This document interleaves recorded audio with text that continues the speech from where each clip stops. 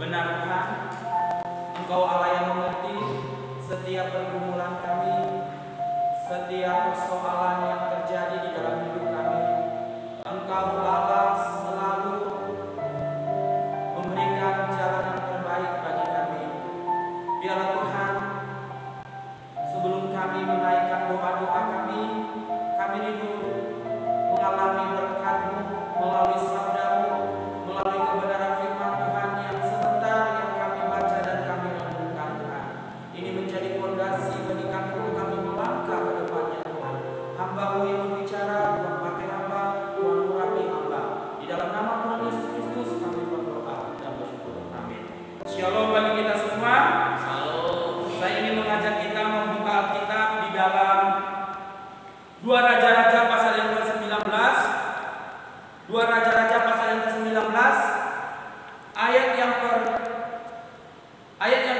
pertama sampai yang ketiga, baru dilanjutkan 14 sampai dengan 20. Saya akan membacanya ayat ketiga untuk mempersingkat waktu. Berkatalah mereka kepadanya, beginilah kata Hizkia, hari ini hari kesesakan, hari hukuman dan penistaan, sebab sudah datang waktunya untuk melahirkan anak, tetapi tidak ada kekuatan untuk melahirkannya. Di ayat 20, ayat 14 katakan, Hizkia menerima surat itu dari tangan para utusan, lalu membacanya, kemudian pergi ia ke rumah Tuhan dan membentangkan surat itu di hadapan Tuhan.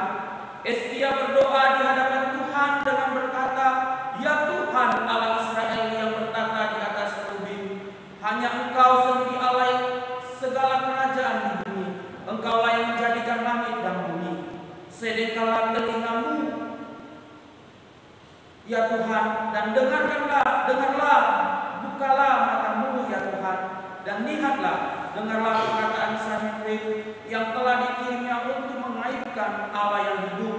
Ya Tuhan, memang raja-raja Asyur telah memusnahkan bangsa-bangsa dan negeri mereka, dan menaruh para Allah mereka ke dalam api, sebab mereka bukanlah Allah, hanya buatan tangan manusia, kayu dan batu. Sebab itu dapat dibinasakan orang. Maka sekarang ya Tuhan Allah kami, selamatkanlah kiranya kami dari tangannya, supaya segala kerajaan di bumi mengetahui bahwa hanya Engkau sendiri Allah, ya Tuhan. Ya, berbahagialah kita yang membaca dan merenungkan kebenaran firman Tuhan. Di dalam suatu ruangan terdapat 4 buah lilin. Lilin yang pertama berkata, aku adalah iman. Tapi apa gunanya aku hidup di dunia ini? Manusia sudah tidak percaya lagi kepada Tuhan. Manusia tidak pernah percaya lagi berharap pada Tuhan. Tidak lama kemudian datanglah angin sepoi-sepoi meniupkan harum mati. Lalu lilin kedua berkata, aku juga tak ada gunanya di dunia hidup ini. Aku adalah kasih, tapi apa gunanya aku hidup? Manusia saling membenci, manusia saling memfitnah satu sama lain. Tidak ada gunanya aku hidup, lebih baik aku mati. Tidak lama kemudian datang angin, lalu mati. Lalu datanglah lilin ketiga. Lilin ketiga, aku juga tak ada gunanya hidup di dunia. Aku adalah lilin cinta, tapi manusia satu sama lain tidak lagi mencintai. Mereka saling membunuh, saling memfitnah, saling orang tua membunuh anak, anak membunuh orang tua. Apa gunanya aku hidup? Tak ada gunanya. Tidak lama kemudian mati. Lalu di tengah-tengah di dalam ruangan itu terdapat seorang anak kecil duduk. Lalu karena saking tenggelamnya, ia merasa ketakutan. Karena kegelapan, dia berkata, tolong lilin, jangan engkau mati. Aku sangat membutuhkan engkau. Lalu datang lilin terakhir. Dia berkata, hai anak kecil, jangan takut. Selama aku hidup, kau dan aku bisa menghidupkan segala sesuatunya. Aku adalah lilin pengharapan. Dan tema renungan kita hari ini bicara tentang pengharapan di tengah ketidakpastian. Kita melihat dan kita membaca perikop pasal yang ke-19 ini, 2 Raja-Raja 19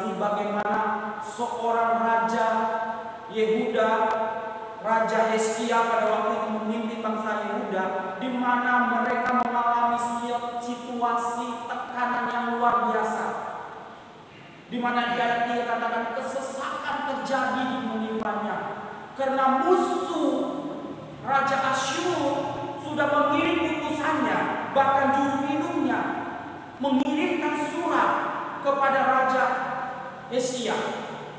Kita tahu kalau kita membaca sejarah, Raja Asyur ini begitu kuat pada zamannya pada waktu itu, di mana raja-raja wilayah-wilayah lain takluk di bawah kekuasaan Raja Asyur, sehingga Raja Asyur pun ingin merebut Yehuda.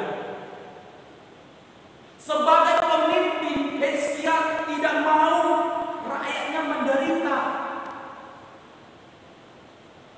Tapi kita melihat bagaimana dalam situasi tekanan inilah yang membuat Raja Hizkia tidak hilang harapannya. Kita pun juga sebagai manusia, sebagai orang percaya pasti memiliki namanya pergumulan, masalah dalam hidup ini. Masalah pergumulan tidak perlu dicari, dia akan datang dengan sendirinya. Silih berganti pergumulan itu. Tapi bagaimana kita sebagai anak Tuhan, sebagai orang percaya, bagaimana apakah kita lari daripada pergumulan itu? Tapi Hizkia, kita melihat bagaimana ia tidak lari daripada pergumulan itu. Walaupun situasi tekanan menghampiri dia, walaupun tidak ada pertolongan yang bisa diharapkan, pertolongan manusia, tapi ia punya satu tempat jawaban, yaitu Tuhan. Pengharapan itu akan kita rasakan yang pertama kalau kita mempunyai relasi dengan Tuhan.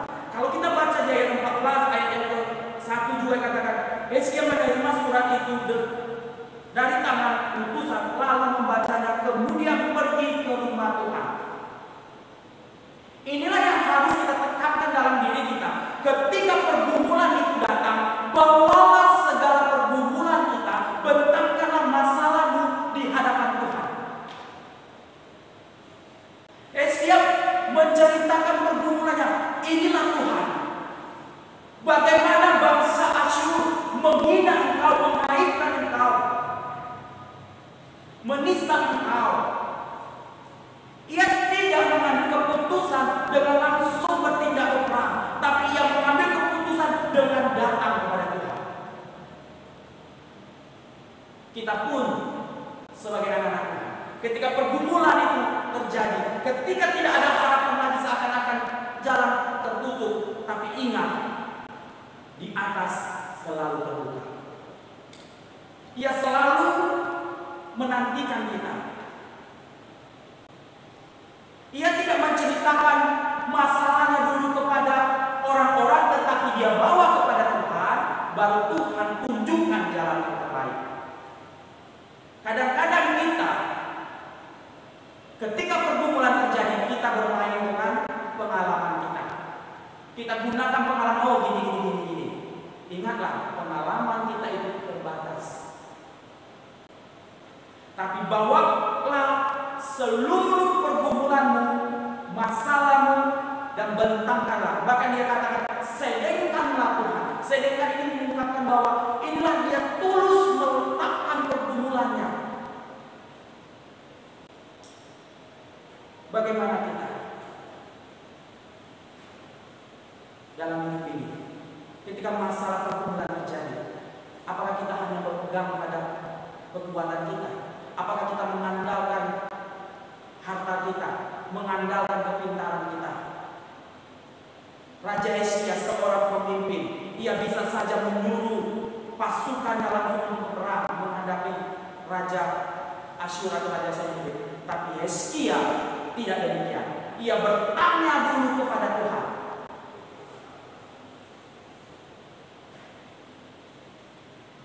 Sehingga apa? Tuhan memberikan jawaban. Jadi relasi dengan Tuhan itu sangat penting. Ketika pergumulan masalah terjadi dalam hidup ini, jangan pernah kita meninggalkan Tuhan.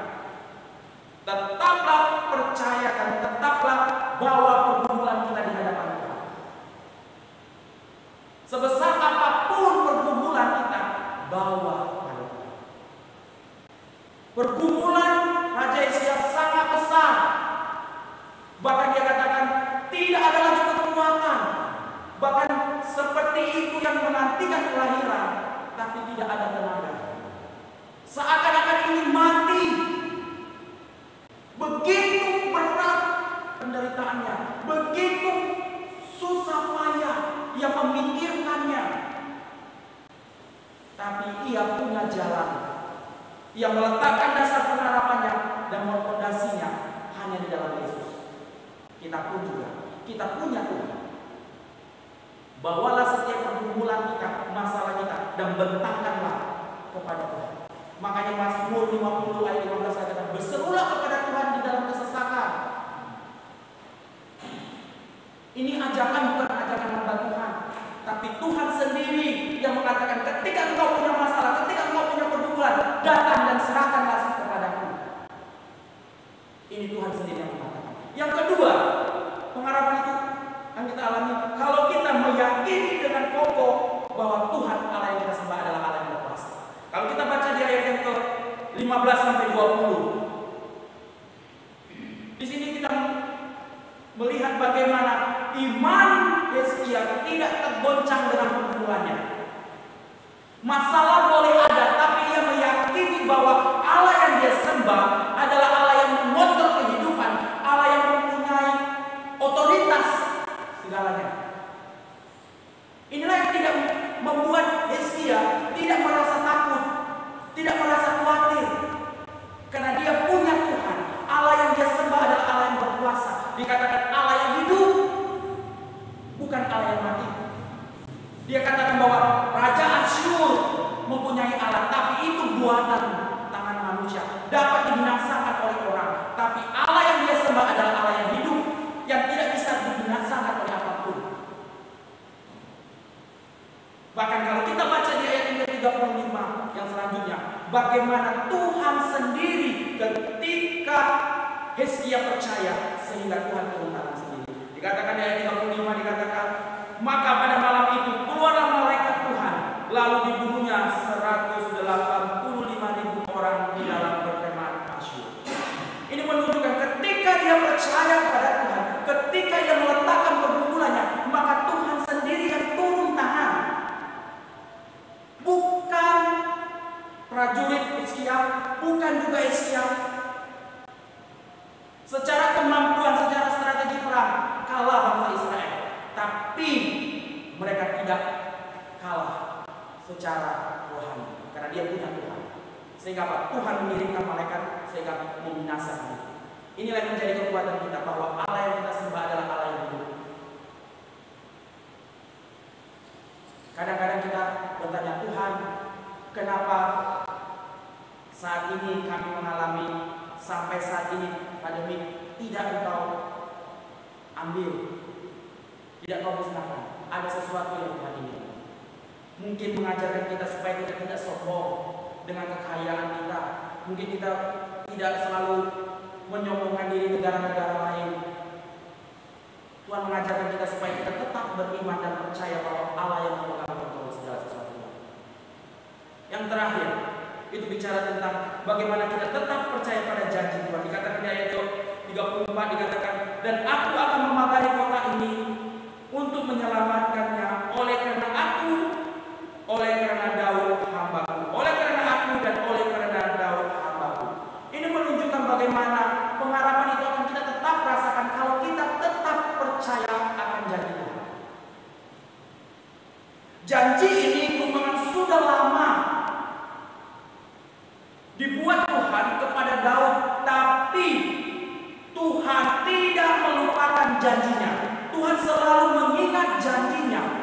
Bahkan Ia tidak akan membiarkan bangsa Israel binasa begitu saja. Ini janji Tuhan.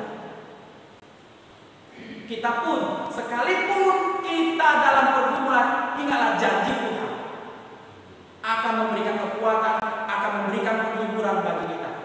Yang penting kita tetap taat melakukan kebenaran firman Tuhan. Jangan kita hanya pegang pada janjinya, tapi kita juga harus taat Itu yang Tuhan inginkan dari kita. Sehingga kita tetap merasakan pengharapan itu. Hizkia mengalami pengharapan yang luar biasa. Pengharapannya tidak sia-sia. Bahkan Tuhan menolong tepat pada waktunya. Bukan sesuai dengan apa yang dia mau. Saat ini kita pun percaya, kita berdoa, menaikkan doa-doa kita. Mungkin kita bukan hari ini merasakannya, atau besok dan lain-lain. Tapi Tuhan akan menjawab tepat pada waktu yang Tuhan tentukan. Amin buat kepada firman Tuhan. Mari kita berdoa. Bapa kami di dalam kerajaan surga, terima kasih untuk kebenaran firman Tuhan yang mengingatkan kami bahwa di tengah kesesakan kami, di tengah penderitaan yang kami alami, bahwa kami masih mempunyai harapan, dan kami mempunyai pengharapan di dalam Engkau, bahwa Engkau Allah adalah Allah yang hidup, Allah yang mengerti akan setiap doa-doa kami, pergumulan kami. Hari ini Tuhan, kami akan masuk dalam doa kami. Tuhan berkati kami. Di dalam nama Tuhan Yesus Kristus kami berdoa.